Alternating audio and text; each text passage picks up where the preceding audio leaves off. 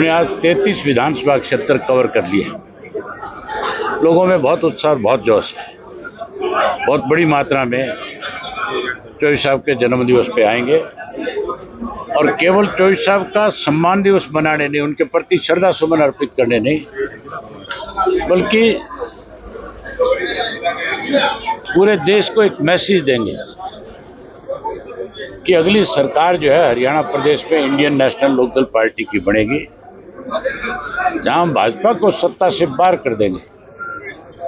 वहीं कांग्रेस की असलियत भी घर घर तक जाकर के प्रचार करके खोलने का काम है। जिस तरह से कांग्रेस ने एक षड्यंत्र के तहत भाजपा की अब की बार तीसरी बार सरकार बनाई, उसके बारे में खुल करके लोगों के सामने जाकर के बताएंगे।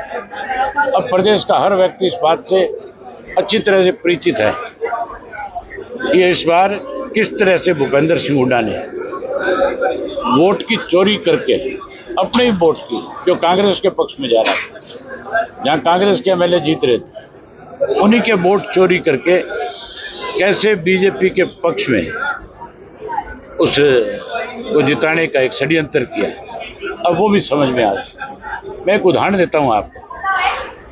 वीरेंद्र सिंह का लड़का जो है विजेंद्र, वो उचाना से चुनाव लड़ रहा था कांग्रेस की टिकट। उसके सामने हुड्डा ने 3 कैंडिडेट खड़े किए। एक घोगड़िया गांव का था, एक संडील का था और एक उचाना का था। उन तीनों को 60,000 वोट मिला। वो 3535 वोट से चुनाव हार गया। अगर वो तीनों को भूपेंद्र सिंह हुड्डा ना खड़ा करता, क्योंकि वो तीनों के तीनों व्यक्ति, आप हुड्डा से पूछोगे किसके द्वारा उन लोगों को कांग्रेस का उम्मीदवार बनाया गया था। हुड्डा और हुड्डा का लड़का जब भी उचाना गए, उनके कंधों पे हाथ रखते थे और ये कहते थे आप में से किसी एक को चुनाव लड़ाऊंगा। जब टिकट नहीं दिलवा पाया तो कैसे विजेंद्र को हरवाया जाए, इसके लिए उसने उन तीनों से कहा तुम चुनाव लड़ो, मेरी सरकार बनेगी और सरकार बनने के बाद तुम चुनाव हार जाओगे बेशक, पर मैं तुम्हें ऐसे पदों पे बैठा दूंगा कि तुम तीनों एमएलए से भी ज्यादा मजबूत हो। इस षड्यंत्र के तहत कांग्रेस को सत्ता से दूर कर दिया है और एक षड्यंत्र के तहत हराया गया। सर, विपक्ष का नेता अभी तक नहीं चुना गया, इसीलिए नहीं चुना गया ना कि चोर पकड़ा गया। सीएटी को लेकर भी हंगामा काफी हुआ है विधानसभा में।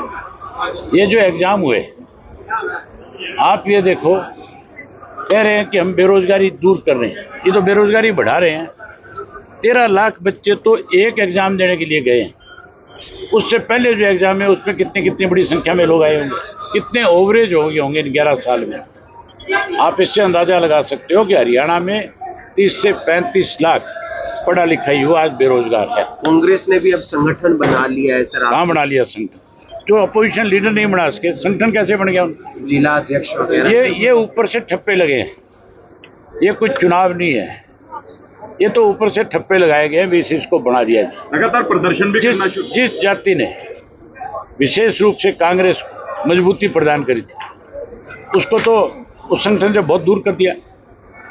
एनडीए का कोई नेता आएगा? पहले हमने देखा है अक्सर कहीं भी कार्यक्रम होता है। एनडीए कांग्रेस का पार्ट है, हम किसी कांग्रेस के पार्ट को नहीं बुलाएंगे।